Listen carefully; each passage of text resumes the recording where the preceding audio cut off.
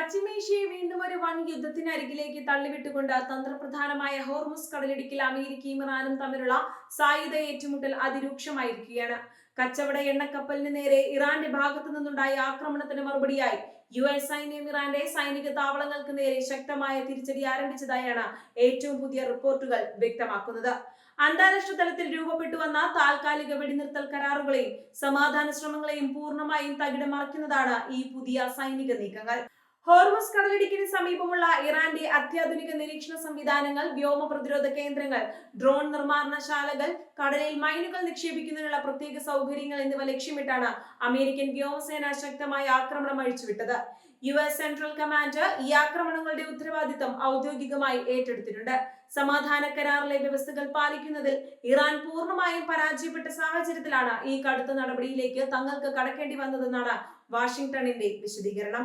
അമേരിക്കയുടെ ഈ പെട്ടെന്നുള്ള വ്യോമാക്രമണത്തിന് തൊട്ടു മുൻപ് ഹോർമുസ് കടലിടുക്കിലൂടെ കടന്നുപോയ ഒരു അന്താരാഷ്ട്ര എണ്ണക്കപ്പലിന് നേരെ ഇറാന്റെ സായുധ സേന കനത്ത ആക്രമണം നടത്തിയതായി US ആരോപിക്കുന്നു.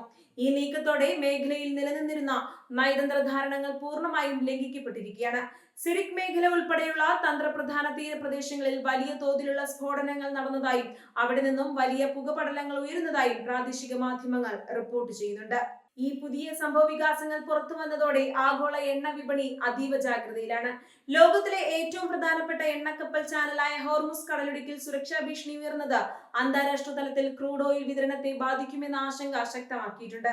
സംഘർഷം കൂടുതൽ ദിവസങ്ങളിലേക്ക് നീളുകയാണെങ്കിൽ എണ്ണവില നിയന്ത്രണാതീതമായി ഉയരാനും അത് ആഗോള സാമ്പത്തിക വ്യവസ്ഥയെ മന്ദഗതിയിലാക്കാനും കാരണമാകും. വാഷിംഗ്ടണിൽ നിന്നുള്ള ഔദ്യോഗിക പ്രതികരണങ്ങൾ വ്യക്തമാക്കുന്നത് തങ്ങളുടെ കപ്പലുകളുടെയും സഖ്യകക്ഷികളുടെയും സഞ്ചാര സ്വാതന്ത്ര്യം ഉറപ്പാക്കാൻ ഏതറ്റം വരെ പോകാനും അമേരിക്ക തയ്യാറാണെന്നാണ്. വൈറ്റ് ഹൌസും പെന്റഗണും സ്ഥിതിഗതികൾ തത്സമയം വിലയിരുത്തി വരികയാണ്. ഇറാന്റെ ഭാഗത്തു നിന്നും ഇനിയൊരു പ്രകോപനം ഉണ്ടായാൽ അതിനും ശക്തമായ തിരിച്ചടി നൽകാൻ പശ്ചിമേഷ്യയിലെ അമേരിക്കൻ നാവികസേനയ്ക്കും യുദ്ധവിമാനങ്ങൾക്കും കർശന നിർദ്ദേശം നൽകിയിട്ടുണ്ട്.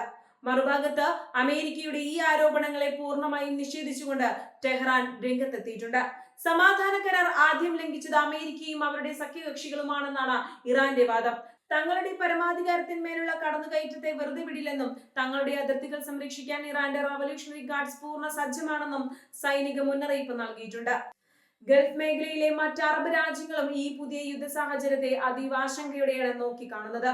സമാധാന കരാർ തകർന്നത് തങ്ങളുടെ സാമ്പത്തിക താൽപര്യങ്ങളെയും ആഭ്യന്തര സുരക്ഷയെയും ബാധിക്കുമെന്ന് അവർ ഭയപ്പെടുന്നു. മേഖലയിലെ നയതന്ത്ര ബന്ധങ്ങൾ പുനഃസ്ഥാപിക്കാൻ ശ്രമിച്ചിരുന്ന പല വിദേശ മധ്യസ്ഥർക്കും ഈ പെട്ടെന്നുള്ള സൈനിക നീക്കം വലിയൊരു തിരിച്ചടിയായി മാറിയിരിക്കുകയാണ്. അമേരിക്കയുടെ തിരിച്ചടി കേവലം പ്രതിരോധം മാത്രമല്ല, മറിച്ച് ഹോർമുസ് കടലിടുക്കിലെ ഇറാന്റെ മേധാവിത്വം പൂർണ്ണമായും ഇല്ലാതാക്കാനുള്ള ആസൂത്രിത നീക്കമായാണ് പ്രതിരോധ വിദഗ്ധർ വിലയിരുത്തുന്നത്. ഡ്രോൺ താവളങ്ങളും നിരീക്ഷണ സംവിധാനങ്ങളും തകർത്തതിലൂടെ ഇറാന്റെ പ്രത്യാക്രമണ ശേഷിയെ തളർത്താൻ US-ന് സാധിച്ചിട്ടുണ്ടെന്നാണ് പ്രാഥമിക നിഗമനം. എന്നാൽ ഒളിപ്പോരിലൂടെയും ചെറിയ ബോട്ടുകൾ ഉപയോഗിച്ചുള്ള മിന്നലാക്രമണങ്ങളിലൂടെയും തിരിച്ചടിക്കാൻ ഇറാനും കഠിനമായി ശ്രമിക്കുന്നുണ്ട്. കപ്പൽ ഗതാഗത മേഖലയിലെ പ്രമുഖ കമ്പനികൾ തങ്ങളുടെ കപ്പലുകളോട് ഹോർമുസ് കടലിടുക്കിലൂടെ സഞ്ചരിക്കുമ്പോൾ അതീവ ജാഗ്രത പാലിക്കാൻ ആവശ്യപ്പെട്ടിട്ടുണ്ട്. പല കപ്പലുകളും സുരക്ഷിത താവളങ്ങളിൽ യാത്ര താൽക്കാലികമായി നിർത്തിവെച്ചിരിക്കുകയാണ്. അന്താരാഷ്ട്ര ചരക്കു നീക്കം തടസ്സപ്പെടുന്നത് ലോകമെമ്പാടുമുള്ള വിപണികളിൽ അത്യാവശ്യ സാധനങ്ങളുടെ വിലക്കയറ്റത്തിന് കാരണമാകുമെന്നത് ഉറപ്പാണ്. ഈ സംഘർഷം ഒരു പൂർണ്ണ തോതിലുള്ള പ്രാദേശിക യുദ്ധമായി മാറുമോ എന്നതാണ് ഇപ്പോൾ ലോകരാഷ്ട്രങ്ങൾക്ക് മുന്നിലുള്ള ഏറ്റവും വലിയ ചോദ്യം. ഐക്യരാഷ്ട്രസഭ ഉൾപ്പെടെയുള്ള അന്താരാഷ്ട്ര സംഘടനകൾ ഇരുവിഭാഗത്തോടും അടിയന്തരമായ യുദ്ധത്തിൽ നിന്ന് പിന്മാറാൻ ആവശ്യപ്പെട്ടിട്ടുണ്ടെങ്കിലും ഇരുപക്ഷവും തങ്ങളുടെ നിലപാടുകളിൽ ഉറച്ചു നിൽക്കുകയാണ്. നയതന്ത്ര ചർച്ചകൾക്കുള്ള സാധ്യതകൾ ഇപ്പോൾ പൂർണ്ണമായും അടഞ്ഞ നിലയിലാണ്.